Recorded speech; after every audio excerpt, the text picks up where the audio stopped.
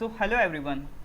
आज जिस टॉपिक पे हम बात करना जा रहे हैं उसका नाम है gross domestic product, that is GDP.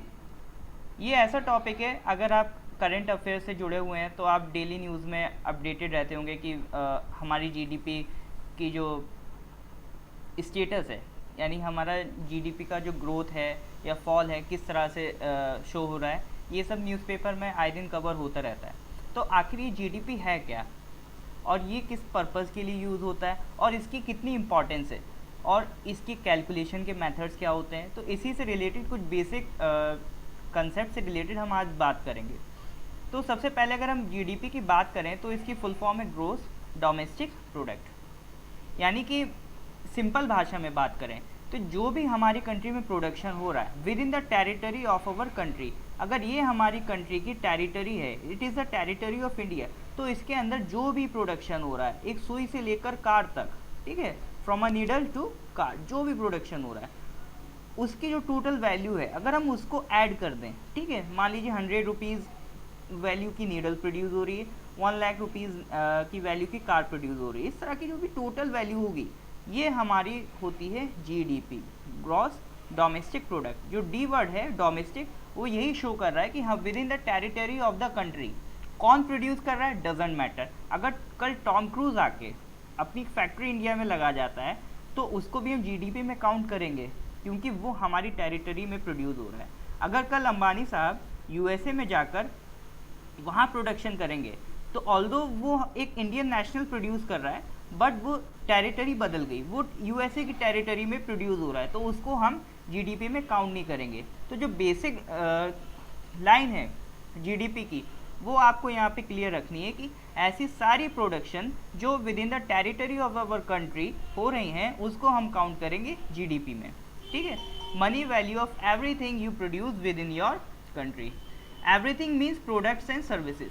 अब यहाँ पर हम सिर्फ प्रोडक्ट्स की बात नहीं करेंगे, सर्विसेज, यानी इंडिया में जो हमारे डॉक्टर्स हैं, ठीक है, हमारे डॉक्टर्स, हमारे लॉयर्स, ठीक है, हमारे इंजीनियर्स, इनकी जो सर्विसेज हैं, कंसल्टेंसी सर्विसेज हैं, ये सब जो इंडिया में यूज़ हो रही हैं, इंडिया में प्रोड्यूस हो रही हैं, इन सबको हम किस में काउंट करेंगे, सर्विसेज में।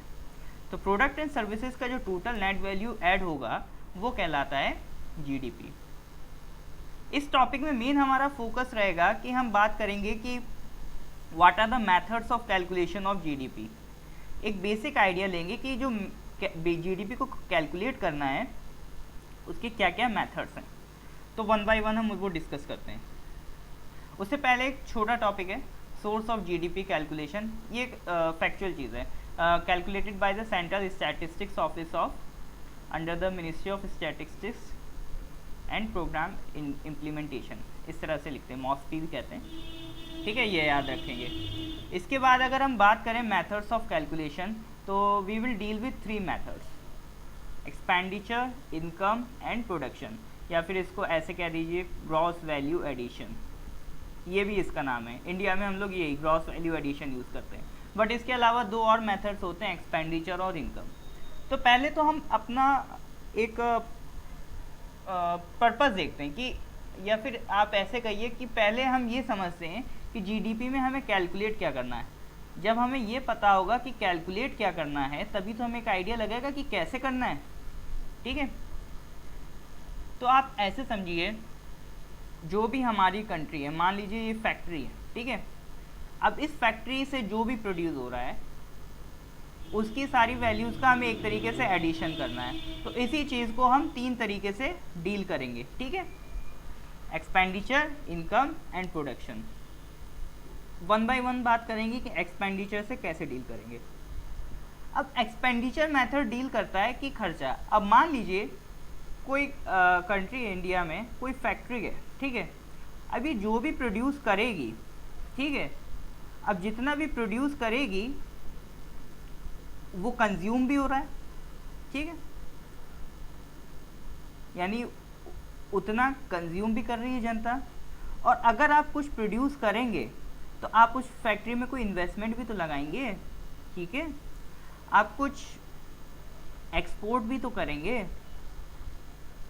और आप कुछ इंपोर्ट भी करेंगे। ये सारी चीज़ें इंटर रिलेटेड है, ठीक है।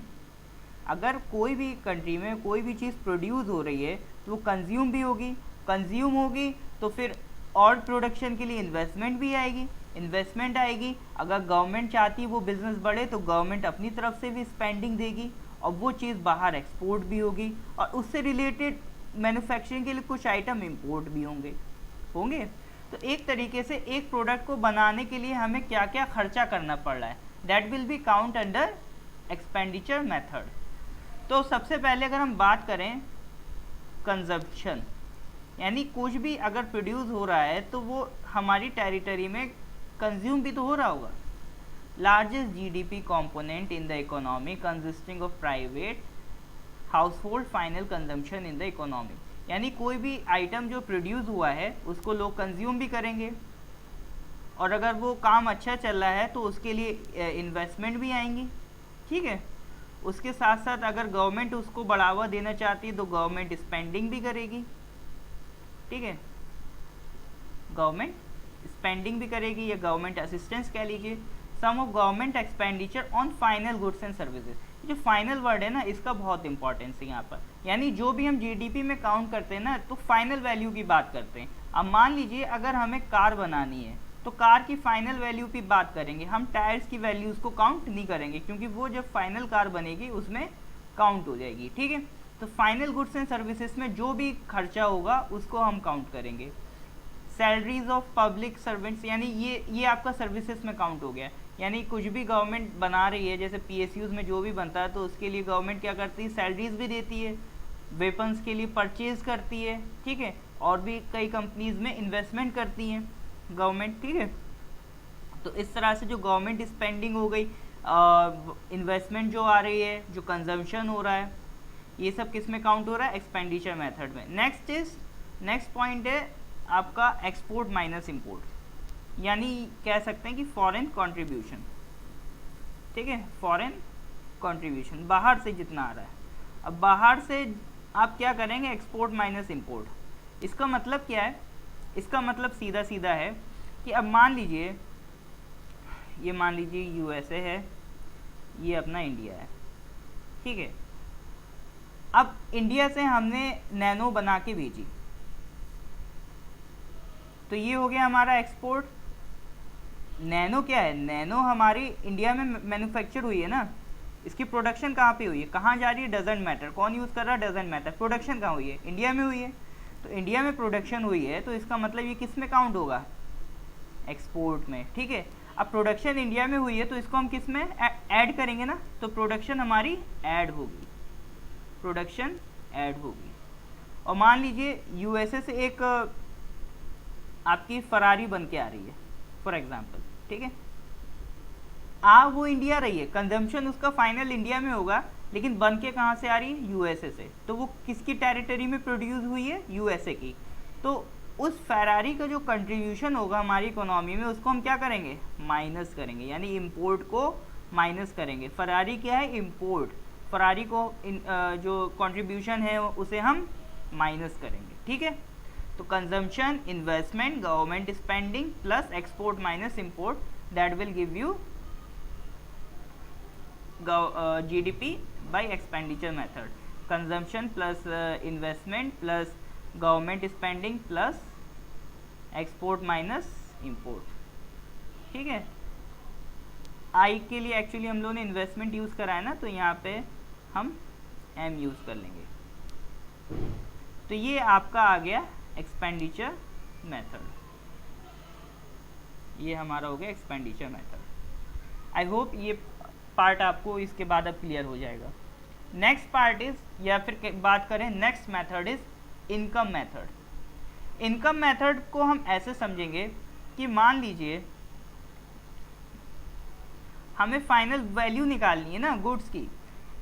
अब जो फाइनल वैल्यू आती है, कोई भी प्रोडक्ट बनता है, ठीक है, कोई भी प्रोडक्ट बनता है उसकी फाइनल वैल्यू कैसे आती है, ऐसे तो आती कि उसमें हमने कितना इन्वेस्टमेंट करा, ठीक है, फिर उसमें हमने कितना लेबर पे खर्च करा, ठीक है, कितना जो रेंट था, कोई ज़मीन मान ली हमने फैक्ट्री के लिए, उस पर रेंट था, उस पर कितना खर्च करा, और कितना हमने प्रॉफिट सेट करा, ठीक है।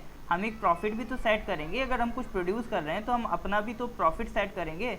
इसके बाद अगर इन सबको हम ऐड कर दें, इन्वेस्टमेंट यहाँ से हटाइए, ठीक है, यानी अगर हम खर्चे की बात कर रहे हैं, रॉ मटेरियल लेके आए हम, ठीक है, कितना लेबर पे खर्चा करेंगे, रेंट पे खर्चा करेंगे, प्रॉफिट पे खर्चा, प्रॉफिट होगा, तो ये सब जब चीज़ें मिल जाती हैं ना, तो ये सब मिल के क्या देती हैं, प्रोडक्शन की वैल्यू की, जो फाइनल प्रोडक्ट बन के आया है उसकी वैल्यू किस पे डिपेंड करी, कितना आपने रॉ मटेरियल पे खर्चा करा, कितना लेबर पे खर्चा करा, कितना आपने रेंट पे खर्चा करा और कितना आपने अपना प्रॉफिट सेट करा।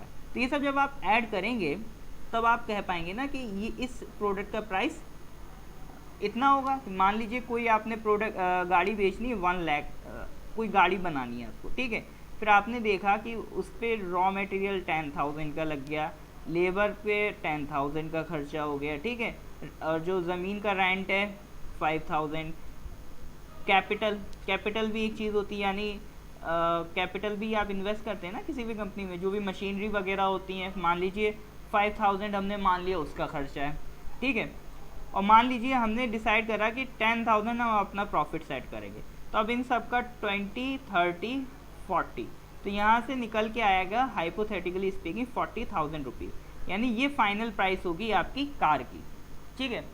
तो अब ये सब जो चीज़ें हैं ना, labour, raw material, profit, capital, ये सब क्या है, आपको हेल्प कर रही हैं प्रोडक्शन करने में, तो इनको हम कहते हैं फैक्टर्स ऑफ प्रोडक्शन, ठीक है। These are nothing just factors of production, ठीक है। तो अगर हम कुछ फैक्टर्स ऑफ प्रोडक्शन पे खर्च कर रहे हैं तो ये किसी के लिए एक इनकम बन रहा है ना। अब मान लीजिए हमारे पास कोई लैंड है, ठीक है, ऐसे समझिए फैक्टर्स ऑफ प्रोडक्शन, थोड़ा सा इसको मैं प्रॉपर क्लियर कर देता हूँ, फिर प्रॉपर लिख के दिखाता हूँ। तो आपको एक आइडिया मैं देना चाहता हूँ कि जनरली जो भी प्रोडक्शन होता है उसमें फैक्टर्स ऑफ प्रोडक्शन आपके क्या क्या रहते हैं, और वही फैक्टर्स ऑफ प्रोडक्शन एक तरीके से इनकम जनरेट करते हैं। तो उसके रिलेटेड एक आपका मैं चाहता हूँ आइडिया क्लियर हो जाए, ठीक है।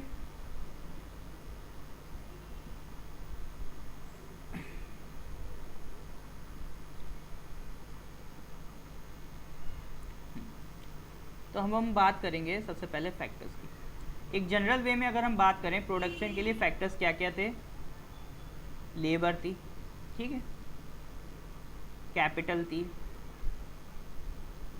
एंटरप्रेन्योर यानी जो भी बिजनेस चला रहा है, जो पैसा लगा रहा है, एंड लैंड, बिल्डिंग, जो भी बिल्डिंग है, लैंड है, या तो आपने ख़रीदा होगा तो उसकी कॉस्ट अलग होगी, या रेंट पे होगा तो वो अलग होगी। अब ये फैक्टर्स हैं, एक तरीके की इनकम भी तो प्रोड्यूस कर रहे हैं किसी के लिए। अगर लेबर है तो आप उसके लिए क्या लेबर को वेजेस देंगे ना। अगर आपने कैपिटल लगाई है, ठीक है, उस पर आप कुछ इंटरेस्ट देंगे ना। मान लीजिए आप कहीं से 10 लाख रुपए लेके आए हैं कैपिटल के तौर पे, आपने 10 लाख की मशीन खरीदी, ठीक है, और वो 10 लाख आपकी कैपिटल हो गई। अब कोई भी बिजनेस शुरू होता है तो उसमें एक कैपिटल लगाना पड़ता है, यानी जो अमाउंट आपको एक बेसिक सेटअप करने में लगाना पड़ता है, यानी मशीनें वगैरह जो खरीदने में लगाना पड़ता है, यानी ऐसी चीज़ें खरीदने में लगाना पड़ता है जो परमानेंट होती। एक बार वो मशीनें लग जाएंगी फिर उसको आप चेंज नहीं करेंगे ना। तो इस तरह का जो शुरुआती खर्चा होता है वो आपका कैपिटल में काउंट होता है। तो आप कैपिटल लाएंगे तो आप किसी इंटरेस्ट पे लेके आएंगे ना। अगर आपने कहीं से कैपिटल लिया है तो आप उसको कुछ इंटरेस्ट देंगे, ठीक है, तो वो क्या जनरेट कर रहा है, इंटरेस्ट। अब कोई एंटरप्रेन्योर है जो भी पैसा लगा रहा है, मतलब जो इन्वेस्टमेंट लेके आ रहा है, ये कैपिटल जो लेके आ रहा है एंटरप्रेन्योर, उसको क्या मिलेगा, प्रॉफिट मिलेगा। और अगर कोई बिल्डिंग रेंट पर है तो उसको क्या मिलेगा, रेंट। तो यानी एक तरीके से ये जो फैक्टर्स ऑफ प्रोडक्शन है ये एक इनकम भी तो जनरेट कर रहे हैं। तो अगर हम इन फैक्टर्स की बात ना करके, ठीक है, अभी तक तो हम फैक्टर्स की बात कर रहे थे कि कितना इन्वेस्टमेंट आ रहा है, कितना कंजम्पशन हो रहा है, ये सब चीज़ें। अब हम फैक्टर्स की बात ना करके उन फैक्टर्स के जरिए इनकम जो जनरेट हो रही है उसकी बात कर लें, यानी वेजेस की बात कर लें, इंटरेस्ट की बात कर लें, प्रॉफिट की बात कर लें, रेंट की बात कर लें। इन सबको अगर हम ऐड कर दें तो वो हमारा जो जीडीपी निकल के आएगा वो कहलाता है इनकम मेथड का जीडीपी। यानी आपने wages plus investment plus profit plus rent, इन चीज़ों को बस ऐड कर देना है, ठीक है। इसको हम लोग विप्रो भी कहते हैं शॉर्ट में, याद करने के लिए। wages plus interest plus profit plus rent. Income method that gives you income of around wages etc. wages मतलब इसमें सैलरी वगैरह भी आ जाएगा, जो आपका स्टाफ होगा उसको सैलरी देंगे, रेंट की इनकम, प्रॉफिट वगैरह ये सब किस में काउंट हो जाएगा, इनकम मेथड में. So that was all about the income method. अब लास्ट और सबसे ज़रूरी मेथड की हम बात करेंगे, GVA मेथड, प्रोडक्शन मेथड और ग्रॉस वैल्यू एडिशन मेथड. यानी यहाँ पर हम क्या करते हैं, जो फाइनल गुड्स निकल के आते हैं उनकी वैल्यू को ऐड करते जाते हैं. अब फाइनल गुड निकल के आया है तो उस फाइनल गुड में कुछ इंटरमीडिएटरी कॉस्ट होंगी, उनको हम सब्ट्रैक्ट करते आएंगे. ठीक है, देख लेते हैं किस तरह से. अब मान लीजिए फॉर एग्जांपल, एक एग्जांपल से समझते हैं.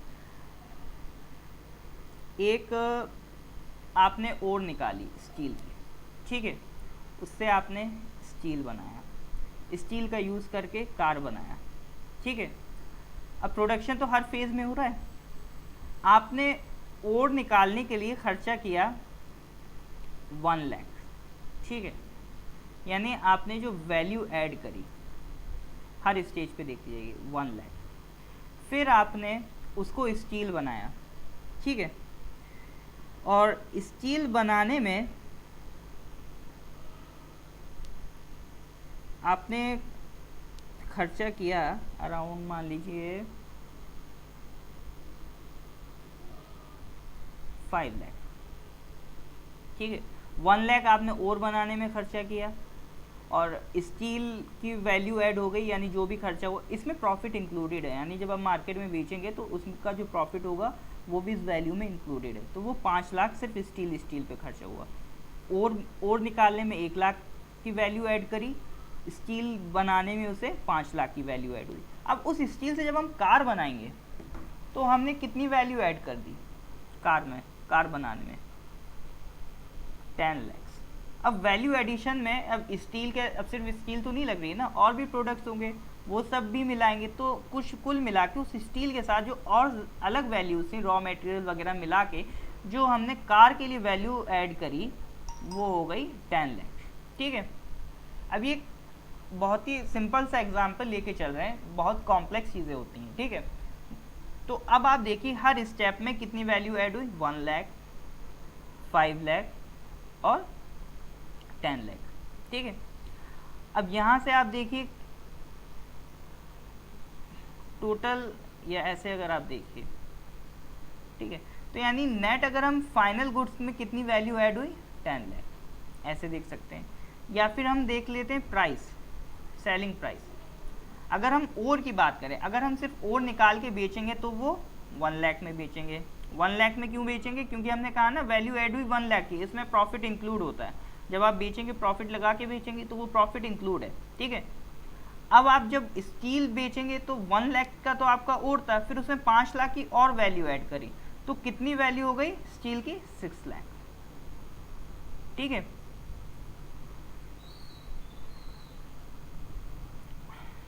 और उसके बाद अब हमने क्या करा, 6 लाख तो हमारा यहाँ तक खर्चा हो गया स्टील तक. अब उसमें 10 लाख हमने लगाए सिर्फ कार बनाने में. ठीक है, तो 6 लाख पहले लग चुके थे और प्लस स्टील में. अब कार बनाने में कितने और लग गए, 10 लाख. तो टोटल कितना हो गया, 16 लाख. ये कॉस्ट आ गई आपकी कार की. ठीक है, 1 लाख, 6 लाख, फिर 16 लाख. यानी और था 1 लाख का, फिर आपने उसमें स्टील की 5 लाख की वैल्यू ऐड करी 6 लाख. ठीक है, फिर आपने उसमें कार की 10 लाख ऐड करी तो 16 लाख. यानी 16 लाख आपकी फाइनल वैल्यू हो गई कार की. लेकिन इन सब में क्या है ना, आपकी ओर की भी वैल्यू आ गई और स्टील की भी वैल्यू आ गई. जो फाइनल गुड्स में जो वैल्यू ऐड होनी थी वो तो 10 लाख थी ना, यहाँ 6 लाख का घपला आ रहा है. ठीक है, तो इसी 16 लाख में जो हम फाइनल वैल्यू में से इंटरमीडिएट वैल्यू घटा देते हैं. ठीक है, फाइनल वैल्यू में से इंटरमीडिएट वैल्यू घटाने का जो हमारा मतलब है वो यही है कि जो फाइनल वैल्यू निकल के आई, फाइनल प्राइस या ऐसे लिखिए फाइनल प्राइस, फाइनल प्राइस में से इंटरमीडिएट जो प्राइस था उसको घटा दिया। फाइनल था 6 लाख और इंटरमीडिएट था 5 लाख माइनस 1 लाख, या फिर इंटरमीडिएट की अगर हम बात करें तो 6 लाख था, तो ये हो जाएगा 10 लाख। ठीक है, तो 10 lakh is the GDP by gross value addition. ठीक है, यानी कहने का मतलब है कि 1 लाख आपका ओर बनाने में हुआ, उसके बाद 5 लाख आपका स्टील बनाने में हुआ, फिर 10 लाख आपका ये कार बनाने में हुआ, तो टोटल 16 लाख। ठीक है, अगर अब इस 16 लाख में से हम बात कर लें कि हर ये 16 लाख में से हम बात कर लें ये 1 + 5 इनको माइनस कर दें। ठीक है, 16 में से ये 1 लाख इसका माइनस करते हैं ओर का और 5 लाख स्टील का, तो that will give you 10 lakh. ठीक है, यानी सिंपल सी बात है, प्रोडक्शन मेथड में final value of goods and services minus intermediate cost, इससे क्या होता है डबल काउंटिंग बच जाती है। क्योंकि जब हमने कार बनाई थी है, ठीक है, कार में हम ऑलरेडी काउंट कर चुके हैं कि ओर भी बनाया है, ओर का भी यूज़ हुआ है और स्टील का भी यूज़ हुआ है। ठीक है, तो हमारा ये 1 लाख इसका और 5 लाख इसका ये बार बार आ रहा था। ठीक है, जो 10 लाख ये वाला पार्ट था ना, ये जो 10 लाख हमने इसमें वैल्यू ऐड की है, इसमें हम ऑलरेडी ये 1 लाख और 5 लाख काउंट कर चुके हैं, तो ये बन जाएगा 16 लाख। अब इस 16 लाख में से हम ये इंटरमीडिएट वाला 6 लाख अगर काउंट कर दें, घटा दें, तो 10 लाख हमारा जीडीपी बन जाएगा। ठीक है, अब सिंपल सी बात है, अगर आपको कोई कार बनानी है, ठीक है, तो पहले आपने उसके टायर का प्रोडक्शन किया, ठीक है, और उसकी हेडलाइट का प्रोडक्शन किया। अगर आप इनको सबको जीडीपी में काउंट कर लेते, तो आप ये तो सोचिए जब हमने कार का प्रोडक्शन काउंट किया होगा तो उसमें हमने टायर और हेडलाइट लिए तो ली ही होगी, तो ये दोबारा आ रहे हैं। तो ये डबल काउंटिंग मेथड को अवॉइड करने के लिए हम लोग इंटरमीडिएट कॉस्ट को सब्ट्रैक्ट कर देते हैं। So that was all about all the 3 methods of production. Okay, so I hope ये वाला पार्ट आपका क्लियर हुआ होगा। So thank you.